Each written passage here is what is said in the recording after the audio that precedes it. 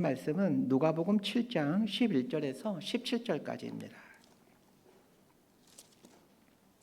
누가복음 7장 11절에서 17절까지 말씀 번갈아 가면서 읽습니다. 제가 먼저 읽겠습니다. 그 후에 예수께서 나인이라는 성으로 가실새 제자와 많은 무리가 동행하더니 성문에 가까이 이르실 때에 사람들이 한 죽은 자를 메고 나오니 이는 한 어머니의 독자요 그의 어머니는 과부라. 그 성에 많은 사람도 그와 함께 나오거늘 주께서 과부를 보시고 불쌍히 여기사 울지 말라 하시고 가까이 가서 그 관에 손을 대시니 맨 자들이 서는지라. 예수께서 이르시되 청년아 내가 내게 말하노니 일어나라 하시매 죽었던 자가 일어나 앉고 말도 하거늘 예수께서 그를 어머니에게 주시니 모든 사람이 두려워하며 하나님께 영광을 돌려 이르되 큰 선지자가 우리 가운데 일어나셨다 하고 또 하나님께서 자기 백성을 돌보셨다 하더라. 17절 함께 읽습니다. 예수께 대한 이 소문이 온 유대와 사방에 두루 퍼지니라. 아멘. 기도하고 말씀 선포합니다. 하나님 아버지, 귀한 예배 시간을 주셔서 또 예배 가운데 나오게 하여 주시고 이렇게 하나님 바라보고 마음의 귀를 열고 하나님 말씀에 엎드리게 하여 주시니 감사드립니다. 오늘 선포드리는 말씀 우리 심령에 온전히 잘 새겨서 이 한 주간도 하나님의 백성답게 살아갈 수 있도록 은혜를 내려 주옵소서. 예수님 이름으로 기도드리옵나이다.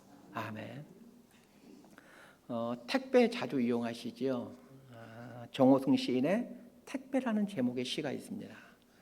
정호승 시인에게 자주 배달되는 택배 물건이 무엇인지 한번 이 시를 잘 들어보시길 바랍니다. 슬픔이 택배로 왔다. 누가 보냈는지 모른다. 보낸 사람 이름도 주소도 적혀 있지 않다. 서둘러 슬픔의 박스와 포장지를 벗긴다. 벗겨도 슬픔은 나오지 않는다. 누가 보낸 슬픔의 제품이길래, 얼마나 아름다운 제품이길래 사랑을 잃고 두 눈이 멀어 겨우 밥이나 먹고 사는 나에게 배송돼 왔나. 포장된 슬픔은 나를 슬프게 한다.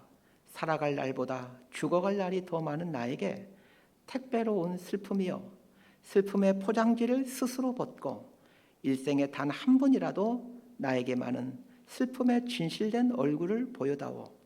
마지막 한 방울 눈물이 남을 때까지 얼어붙은 슬픔을 택배로 보내고 누가 저 눈길 위에서 울고 있는지 그를 찾아 눈길을 걸어가야 한다. 현관문에 놓이는 택배를 보며 시인은 인생의 슬픔 또한 어김없이 그것도 자주 찾아온다라는 것을 깨닫고는 슬픔이 택배처럼 온다라고 말을 합니다. 내가 주문한 적도 다른 사람이 보낸 적도 없지만 우리 삶에는 종종 슬픔이 배달되곤 합니다. 현관 앞에 놓인 택배처럼 배달되어 온 슬픔 앞에서 아파하는 분들이 있다면 오늘 말씀에서 위로를 얻게 되기를 바랍니다. 정호승 시인의 택배라는 시가 말하고자 하는 것은 인생에는 원치 않지만 슬픔이 배달된다는 것입니다. 그것도 자주 말입니다. 택배로 배달되는 슬픔은 사랑하는 이의 병듦이나 죽음과 같은 것이 대표적입니다. 또한 자신의 삶에 일어나는 여러 가지 변화도 슬픔의 택배가 되곤 합니다. 그러고 보면 나이 들어감과 비례해서 슬픔은 자주 배달되는 것 같습니다. 나이가 들어가면서 생기는 몸의 이상 징후는 택배가 도착하기 전 몇 시쯤 배달될 예정이라고 알려주는 문자처럼 머지않아 큰 질병 앞에, 더 나아가 죽음 앞에 마주해야 된다라는 두려움을 만들어내곤 합니다.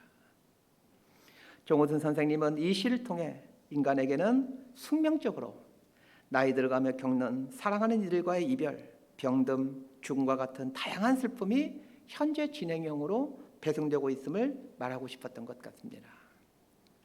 그러나 또 한 가지 중요한 주제를 다루고 있습니다. 우리 삶에는 끊임없이 슬픔이라 하는 택배가 배달되고 있지만 그러나 슬픔이라는 택배 속에 함몰되어 슬픔 속에서 허우적거리며 살면 안 된다는 것입니다. 다양한 모습의 슬픔 택배를 받고 살지만 펼쳐진 슬픔 앞에서 자기 연민을 중단하고 슬픔을 다시 택배로 보낼 줄 알아야 합니다.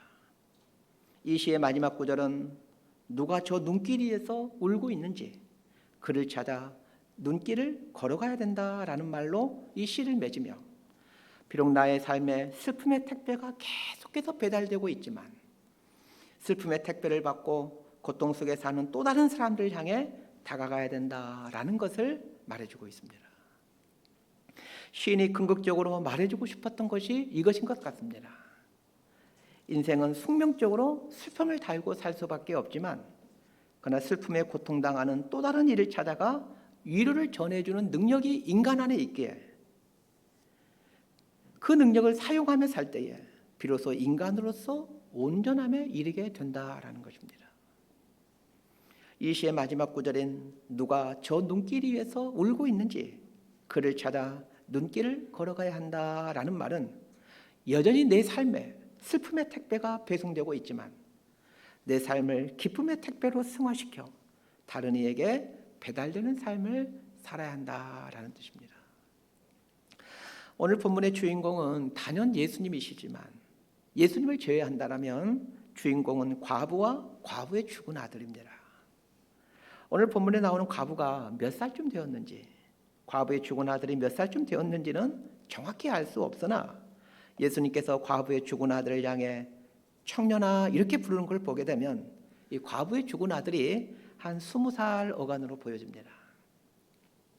그렇다면 과부는 한 40살 정도가 되었을 것 같습니다.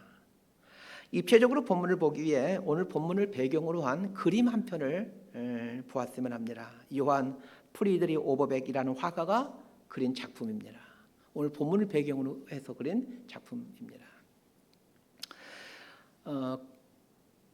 한 가운데 이렇게 헝겊 같은 걸로 흰 헝겊으로 둘둘 말아서 누워 있으면 잠깐 일어서려고 하는 그 청년이 이제 과부의 아들입니다. 그림을 보면 청년은 한 20살쯤 어간으로 보여지고 과부는 예수님 여러분 보기에 예수님 왼편에 있는 사람이 과부인데 한 40쯤으로 보여집니다. 그림이 묘사하는 것처럼 오늘 본문의 과부를 40살쯤으로 보고 죽은 청년을 20살쯤으로 생각하고 오늘 본문을 보셨으면 합니다. 과부와 과부의 죽은 아들에 대한 자세한 설명은 나오지 않지만 이 과부와 아들이 살아온 인생을 머릿속으로 한번 그려보십시다.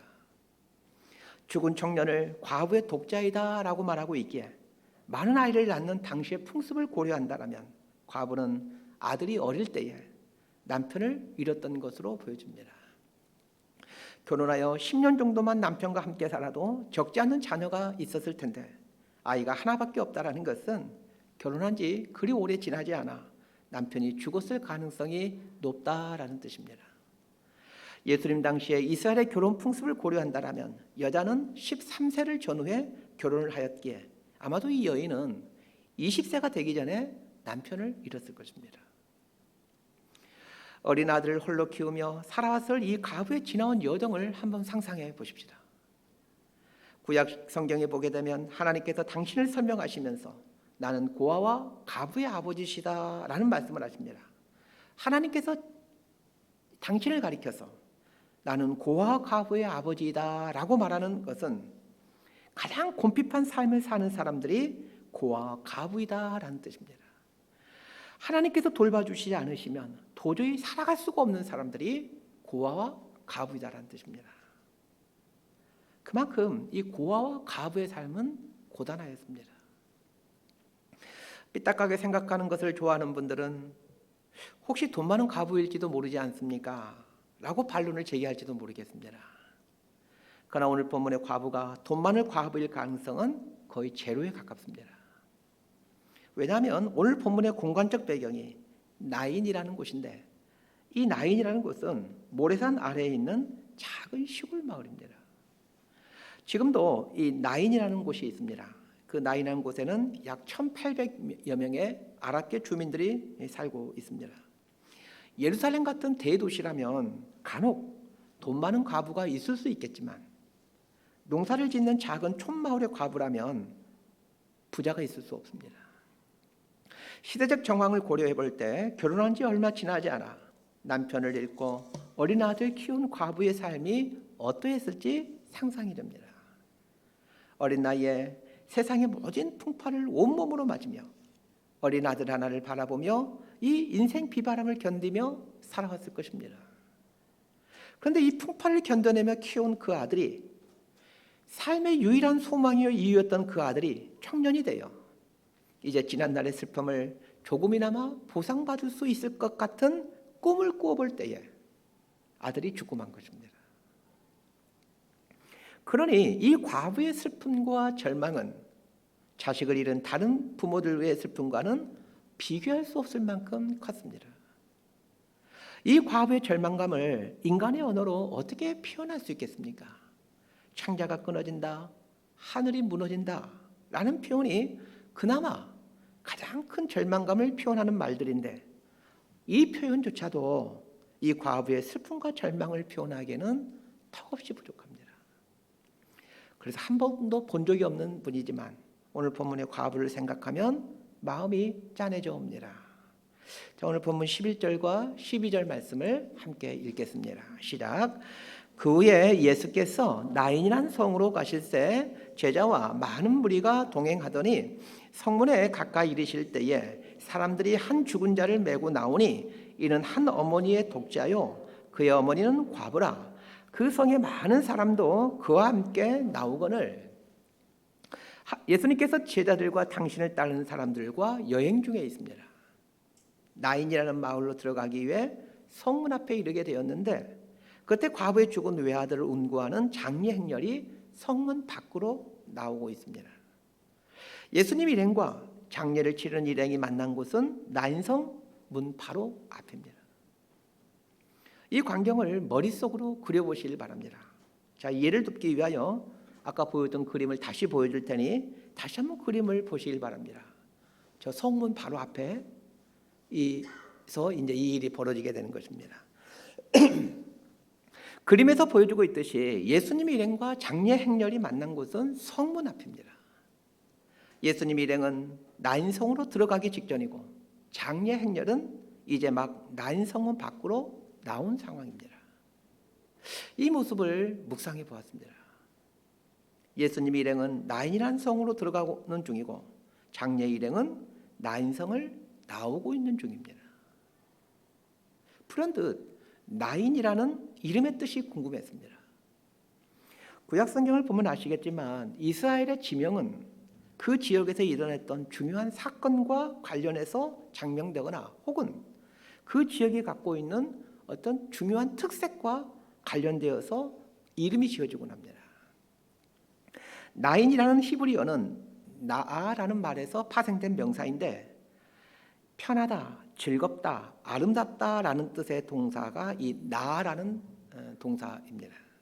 그래서 나의 명사형인 나인이라는 말은 즐거운 곳, 편한 곳이라는 뜻입니다. 굳이 우리나라 지명으로 한다면 안양이라는 도시와 비슷합니다. 안양이라는 말은 자녀를 양육하기에 편안한 곳이라는 뜻입니다. 그래서 여러분 어린아이들 키울 때는 안양에서 사시다가 좀 크고 나면 용소와 인내의 동네 용인에서 사시길 바랍니다. 재밌으라고 한 얘기인데 안 웃으시면 제가 굉장히 어색해집니다. 이 즐거운 곳, 편한 곳이라는 이름으로 마을 이름을 짓게 된 것은 그 지역 특징을 보면 금방 알게 됩니다. 나인성은 갈릴리 가버나움에서 남서쪽으로 30km 정도 떨어진 곳으로 갈릴리 지역과 사마리아 지역의 경계선에 있는 곳입니다. 이스라엘 지도를 놓고 보면 갈릴리 지역과 사마리아 지역의 경계선에 있으면서 또 지중해와 요단강 가운데 한가운데 이 나인이라는 곳이 있습니다. 이스라엘의 중앙 부분은 산악 지역인데 나인성은 중앙 산악 지역에 속해 있지만 나인성 앞으로 이스라엘 평야가 펼쳐져 있습니다. 그러니까 나인이라는 곳은 이스라엘의 중앙 부분에 놓여 있지만 중앙 부분에 있는 다른 지역들은 모두 산악 지역의 높은 지형인 반면에 나인성은 이스라엘 평야의 끝자락에 있는 평야지대이면서 모래산 바로 아래에 있는 지역입니다. 머릿속으로 그림을 그려보시길 바랍니다. 마을 뒤편으로는 모래산이 있고 앞으로는 이스라엘 평야가 펼쳐져 있습니다. 그야말로 그림 같은 곳입니다. 살기에 너무나 편한 곳입니다. 그래서 편한 곳, 즐거운 곳이라는 뜻을 가진 나인이라는 이름이 붙여진 것입니다. 과부의 아들을 장사하기 위한 장례행렬은 즐거운 곳, 편한 곳이라는 의미를 가진 나인성에서 나오고 있고, 예수님 일행은 즐거운 곳이라는 의미를 가진 나인성으로 들어가려고 하고 있는 중에 있습니다. 묘한 대비를 이루고 있습니다. 한 그룹은 즐거운 곳으로 들어가려고 하는데, 한 그룹은 즐거운 곳에서 나와 무덤으로 향하고 있습니다. 또 한 가지 대조를 보게 됩니다. 예수님은 생명이십니다. 요한복음에서 예수님 당신께서 당신이 누구인지를 이렇게 설명해 주고 있죠. 나는 길이요 진리요 생명이니. 그리고 이런 말씀도 하십니다. 나는 생명의 떡이니. 예수님은 생명입니다. 그렇게 예수님과 예수님을 따르는 일행은 생명의 행렬이라고 할 수 있습니다.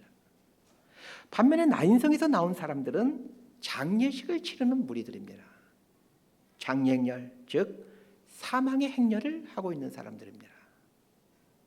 생명의 행렬을 하는 사람들과 사망의 행렬을 하는 사람들이라는 아주 묘한 대조를 이루고 있습니다. 중요한 것이 있습니다. 생명의 행렬과 사망의 행렬이 만나게 된다는 것입니다. 사망의 행렬에 속한 사람들을 한번 보십시다. 그 중에서도 이 행렬의 주인공인 과부를 보십시다. 편하고 즐겁게 사는 것을 소망하며 나인이라는 마을에서 신혼생활을 시작했지만 그녀의 인생은 슬픔과 사망의 연속이었습니다. 결혼한 지 얼마 지나지 않아 남편의 죽음으로 장례를 치러야 했고, 남편이 죽은 후 고단한 삶을 살다가 이제는 하나밖에 없는 외아들이 죽게 되어 장례를 치르고 있습니다. 이 과부는 자신의 지난 인생을 어떻게 생각하고 있을까요? 남편을 잃은 여자를 호칭하는 표현 중에 미망인이라는 표현이 있습니다. 과부를 높여 부르는 표현으로 통상 신분이 높은 과부를 향해 미망인이라는 호칭을 사용하지만 사실 이 단어는 남편을 먼저 보낸 죄인이라는 뜻으로 사용된 말입니다. 우리 한자어를 한번 보도록 하겠습니다. 이 미망인이라는 한자어는 아직 미, 죽을 망, 사람인자로 되어 있습니다. 아직 죽지 않는 사람이라는 뜻입니다. 아직 죽지 않는 사람이라는 말은 죽어야 하는데 아직까지 뻔뻔하게도 살아있다는 뜻입니다. 고대 시대에는 특히 동양에서 순장 제도가 있었습니다. 왕이 사망했을 때 신하를 함께 묻거나 혹은 남편이 죽을 때 아내를 함께 묻는 풍습입니다. 이 순장 제도에서 미망인이라는 말이 나왔습니다. 미망인이라는 말은 중국 춘추 시대 역사를 기록한 춘추 좌시전의 장공편에 등장하는 말인데, 죽은 남편을 따라가야 되는 게 여인으로서의 마땅한 일인데 그러지 못해 죄를 지은 사람을 가리키는 용어로 사용됩니다. 그래서 남편과 사별한 여자들이 다른 사람들에게 스스로를 낮추어서 저는 남편을 따라 죽어야 되는데 죽지 못한 죄인입니다, 이런 뜻으로 스스로를 미망인이라고 불렀는데, 언제부터인가 신분이 높은 과부를 일컫는 말로 혹은 남편을 사별한 여인을 높이는 말로 사용하고 있습니다. 미망인이라는 단어의 뜻이 말해주듯이 고대 시대에는 남편을 잃은 여자는 죄인 취급을 받았습니다. 당연히 아들을 먼저 보는 어미 또한 죄인 취급을 받을 수밖에 없었습니다.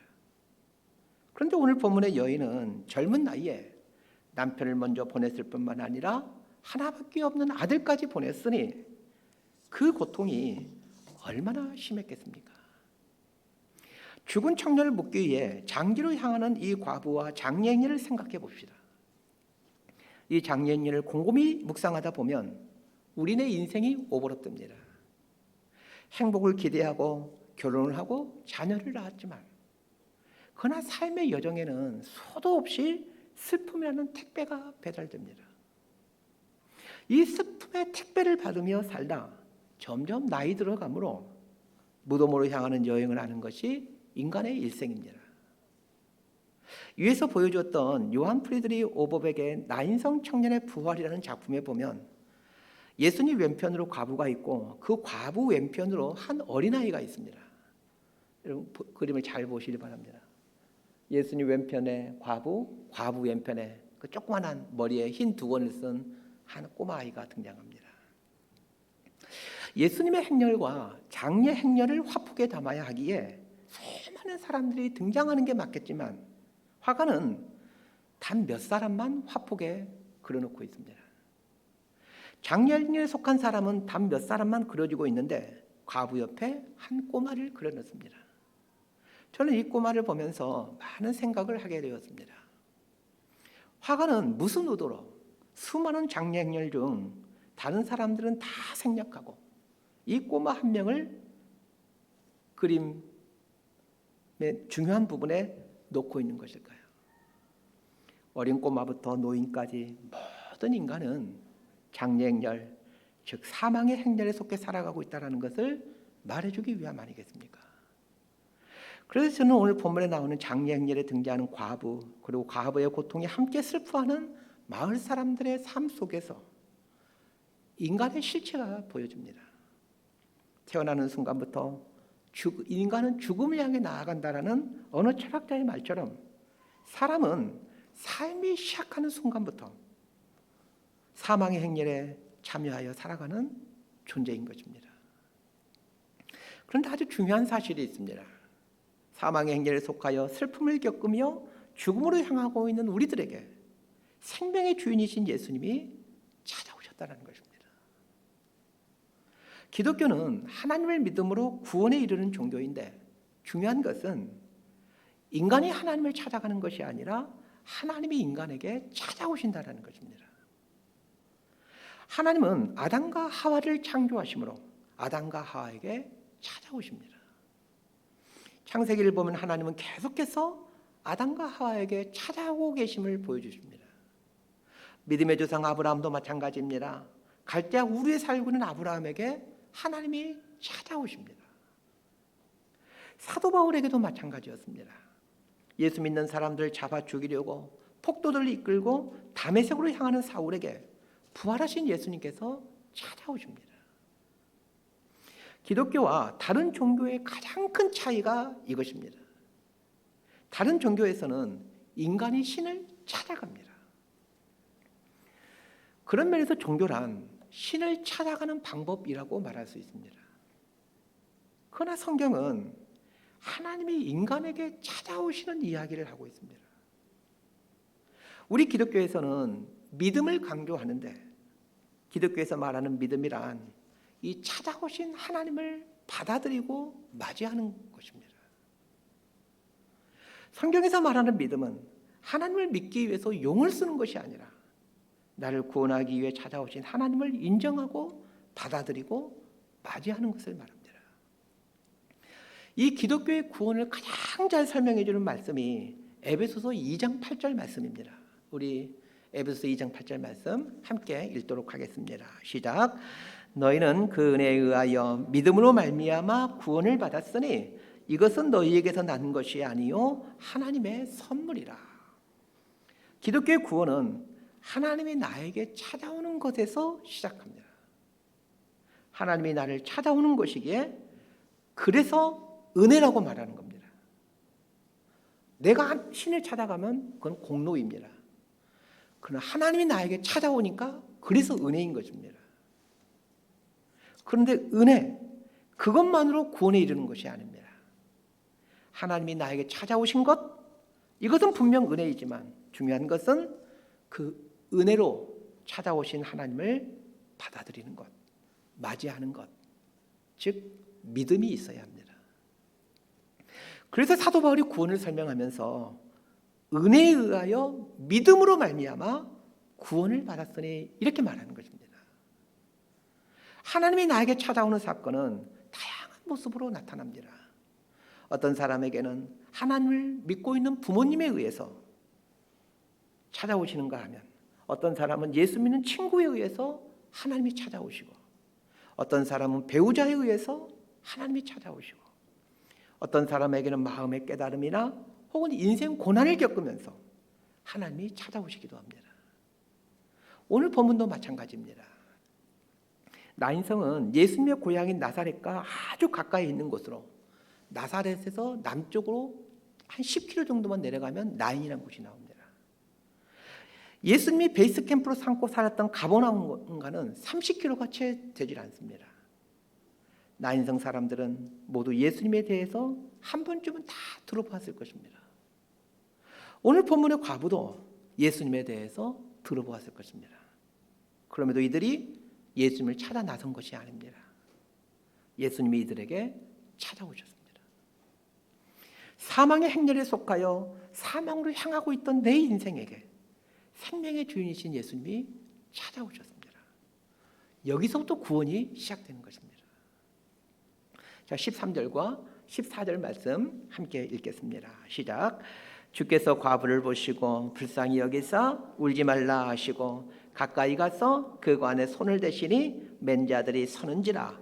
예수께서 이르시되 청년아 내가 내게 말하노니 일어나라 하시매. 무덤으로 향하고 있는 사망의 행렬에 예수님께 오셔서 세 개의 말씀을 하십니다. 이 세 가지 말씀이 무엇인지를 한번 찾아보시길 바랍니다. 두 개는 금방 찾겠는데 나머지 한 개는 찾기가 좀 쉽지 않을 겁니다. 금방 찾게 되는 두 개의 말씀만 먼저 보겠습니다. 예수님이 무덤으로 향하고 있는 사망의 행렬에게 오셔서 하신 두 개의 말씀은 울지 말라라는 말씀과 청년아 일어나라라는 말씀이었습니다. 그런데 예수님이 하신 말씀이 또 한 가지가 있다라고 말씀드렸습니다. 그 나머지 한 개가 무슨 말씀일까요? 아마 여러분 눈에 잘 보이지 않을 겁니다. 그런데 본문을 깊이 묵상하면 예수님이 하신 말씀이 보이게 됩니다. 멈추어라 라는 말씀이 보입니다. 14절에 보면 가까이 가서 그 관에 손을 대시니 맨 자들이 서는지라 이렇게 말하고 있습니다. 예수님이 장례 행렬 맞은편에서 오시면서 장례 행렬 맨 앞에 있는 관에 손을 대십니다. 멈춰서라는 뜻입니다. 무덤을 향해 나아가지 못하도록 예수님이 관에 손을 대시고 장례 행렬을 막으십니다. 그래서 멈춰라 라는 말씀이 있다라고 말씀드린 것입니다. 그렇다면 이 무덤을 향해 가고 있는 사망의 행렬에 예수님께서 세 개의 말씀을 하시는데 울지 말라, 멈추어라, 일어서라 라는 말씀이라는 것을 알게 됩니다. 예수님이 사망의 행렬에게 하신 이 세 개의 말씀에 담긴 의미들을 좀 살펴보았으면 합니다. 그리고 이 세 개의 말씀이 사망의 행렬에 속하여 죽음을 향해 가고 있는 내 인생에게 해주는 예수님의 말씀이다라는 것을 깨달았으면 합니다. 첫 번째 말씀이 울지 말라라는 말씀입니다. 과부가 울고 있는 이유가 무엇입니까? 아들이 죽었기 때문입니다. 할 줄 아는 것이라고는 죄 짓는 것밖에 없는 인간 세상에 가장 숭고하고 이타적인 것이 있다면 자식을 향한 어머니의 사랑일 것입니다. 인간에게서 흘러나오는 것 중 자식을 향한 어머니의 사랑만큼 더 고귀하고 이타적인 것이 있겠습니까? 그러나 인간에게서 흘러나오는 가장 숭고하고 이타적인 어머니의 사랑조차도 죽음의 문제를 해결할 수가 없습니다. 아무리 고귀한 어머니의 사랑조차도 죽음의 문제를 해결할 수 없기에 인간은 죽음 앞에서 괴로워하고 고통하고 우는 것입니다. 아들의 죽음 앞에서 울고 있는 과부를 보시며 예수님께서 불쌍히 여기셨습니다. 이 불쌍히 여기다라는 단어는 스플랑크니조마이라는 단어인데 이 단어는 내장이라는 뜻을 가진 스플랑크논이라는 말에서 파생된 말입니다. 스플랑크니조마이라는 말은 내장이 끊어진다라는 뜻입니다. 예수님께서 과부가 우는 것을 보시고 내장이 끊어지는 고통을 겪으셨습니다. 예수님께서 과부가 우는 걸 보시고 왜 내장이 끊어지는 고통을 겪으셨던 것일까요? 요한복음에 보게 되면 나사로가 죽게 되었을 때도 그 울고 있는 누이 마리아를 보면서 동일한 표현을 하고 있습니다. 우리 요한복음 11장 33절 말씀도 함께 읽도록 하겠습니다. 시작. 예수께서 그가 우는 것과 또 함께 온 유대인들이 우는 걸 보시고 심령에 비통히 여기시고 불쌍히 여기사. 오늘 본문인 누가복음도 그렇고 요한복음에서도 예수님이 내장이 끊어지는 고통을 겪으실 때는 사랑하는 이의 죽음 앞에서 고통스러워하며 울고 있는 사람들 앞에서였습니다. 예수님이 내장이 끊어지는 고통을 겪으신 이유는 저 죽음이란 놈 때문에 사람들이 고통스러워하고 있기 때문입니다. 죽음이란 놈 때문에 사람들이 고통스러워하는 걸 보면서 예수님은 내장이 끊어지는 고통을 겪으십니다. 그런데 예수님은 무슨 결단을 하실까요? 사람들을 고통스럽게 하는 이 죽음의 문제를 해결해야 되겠다는 결단입니다. 그래서 아들의 죽음 앞에서 울고 있는 과부를 보며 불쌍히 여기고 있는 예수님의 모습을 깊이 묵상하면 보이는 게 있습니다. 십자가에 달리시는 예수님이십니다. 내가 죽는 한이 있더라도 인간들에게 고통을 가져다 주는 이 죽음의 문제를 반드시 해결해야 되겠다라는 굳은 결심을 하시고 그 굳은 결단의 결과가 십자가에 달리심입니다. 십자가에 달리시는 것은 인간의 죽음의 문제를 해결하겠다는 표시입니다. 그런 면에서 예수님께서 과부를 향하여 울지 말라 하시는 말씀은 너희들 고통스럽게 하는 죽음이라는 놈의 문제를 내가 해결하겠다는 뜻입니다. 죽음을 해결하겠다는 말은 당신께서 십자가에 달려 죽으시겠다는 뜻입니다. 사망의 행렬에 속하여 무덤으로 향하고 있던 우리들에게 찾아오신 그 하나님께서 가장 먼저 깨닫게 해주신 것이 무엇입니까? 예수님이 나의 죽음의 문제, 죄의 문제를 해결하셨다는 것입니다. 예수 믿고 구원받은 사람이 가장 먼저 깨닫게 되는 것이 예수님께서 나의 죄 문제, 죽음의 문제를 해결하기 위해 십자가에 달려 죽으셨다는 것입니다. 이 사실을 깨닫게 될 때 사람은 누구나 구원의 감격을 경험하게 됩니다. 그리고 다 경험해 보셨겠지만 이 구원의 감격 앞에서 예수를 믿는 사람으로 하나님의 백성으로 살기를 결단해 가는 겁니다. 그래서 오늘 주신 이 말씀 앞에서 우리가 해야 될 첫 번째는 나의 죄 문제, 나의 죽음의 문제를 예수님께서 해결하셨다는 것을 깨닫는 것입니다. 이것이 울지 말라라는 예수님 말씀에 담긴 의미입니다. 예수님께서 사망의 행렬에게 해주시는 두 번째 말씀은 멈추어라라는 말씀이었습니다. 예수님이 관에 손을 대심으로 무덤으로 향하는 행렬들을 멈추어 세웁니다. 그러자 무덤으로 향하던 사망의 행렬이 멈춰서게 됩니다. 이것은 무슨 뜻입니까? 예수는 우리가 사망의 행렬에 속하여 죽음으로 향하는 삶을 사는 것을 중단하기를 원하신다는 것입니다. 사망의 행렬에서 멈춰선다라는 말은 구체적으로 무슨 뜻입니까? 사망을 가져오는 것이 죄인데 죄와 싸운다라는 말입니다. 죄와 저항한다라는 말입니다. 죄와 싸운다, 죄와 저항한다라는 말은 죄를 짓지 않는다라는 말이 아닙니다. 우린 죄를 지을 수밖에 없습니다. 그럼에도 나를 위해 죽으신 예수님의 보혈을 의지하여 죄와 싸우는 것입니다. 죄에 저항해 보는 것입니다. 자, 여기서 질문이 생깁니다. 죄와 싸운다고 뭐가 달라집니까? 암살이라는 영화를 보신 분들 많이 있을 겁니다. 이 영화는 일제시대 독립군에 대한 이야기인데 전지현 씨와 화정우 씨가 이제 주연으로 나오는 영화입니다. 극 중에서 전지현 배우는 실제로 존재했던 독립군인 안오균이라는 그 여성 독립군이 우리 역사에 실제 존재하는데 그 안오균 씨의 역할을 하게 되는데 그 독립군의 유능한 저격수로 중국에서 독립운동을 하다가 이제 김구 선생님의 특령을 얻고 서울에 몰래 잠입합니다. 안오균에게 맡겨진 임무가 서울에 있는 일본군 군사령관과 아주 악랄한 친일파였던 강인국이라는 사람을 암살하는 것입니다. 하정우 배우는 극 중에서 하와이 피스톨이라는 별명으로 등장하는데 이 사람은 조선 사람이지만 돈을 받고 살인을 하는 아주 유명한 총잡이로 등장합니다. 이 하와이 피스톨이 누군가로부터 안우근을 죽이라는 청부를 받고 안우근을 죽이기 위해 또 서울로 왔다가 나중에는 안우근과 함께 독립운동에 동참한다라는 그런 내용의 영화입니다. 그런데 일본군 사령관과 그 일본 앞잡이인 강인구를 죽이는 그 1차 암살 시도가 실패하고 안우근은 그때 큰 부상을 당합니다.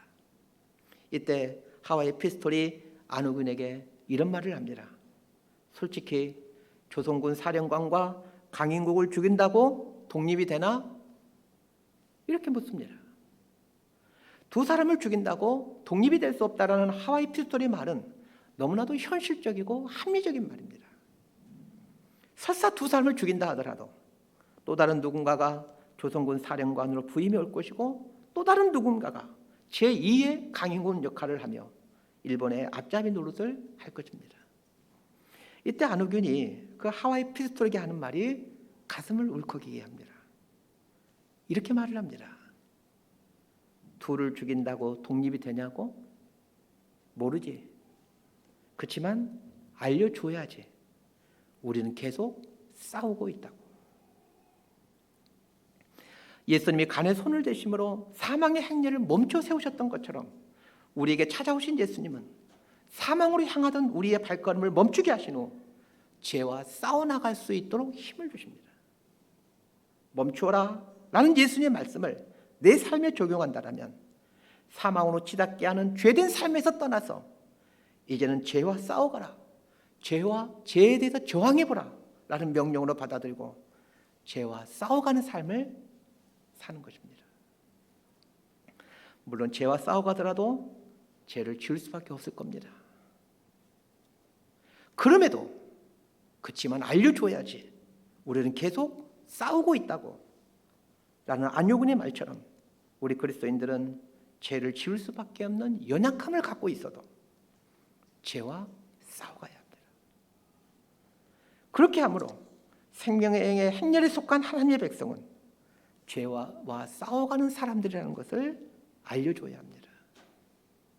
이것이 멈춰라 라고 말씀하신 예수님의 말씀을 적용하고 이루어가는 삶입니다. 예수님께서 사망의 행렬에게 해주시는 세 번째 말씀은 일어나라 라는 말씀입니다. 일어나라 라고 번역된 헬라 단어 에게이로는 깨우다, 일어나다, 건축하다 라는 뜻의 단어인데 이 단어는 아게이로라는 말에서 파생된 말입니다. 아게이로라는 단어는 사람의 모든 감각 기능을 모은다 라는 뜻의 단어입니다. 정리하자면 일어나라라고 번역된 에게이로라는 이 단어는 모든 감각 기능을 깨워 새로이 건축하라라는 뜻입니다. 예수님께서 무덤으로 향해 가는 그 죽은 청년에게 에게로이 일어나라고 말씀하신 것은 이제 일어나서 너의 모든 감각 기능을 동원하여 새로운 인생집을 건축하라라는 뜻이었습니다. 사망으로 향하던 인생집을 허물고 생명으로 향하는 인생집을 건축하라는 뜻입니다. 오늘 우리에게도 일어나라는 예수님의 말씀이 우리 영혼에 들려질 수 있게 되기를 바랍니다.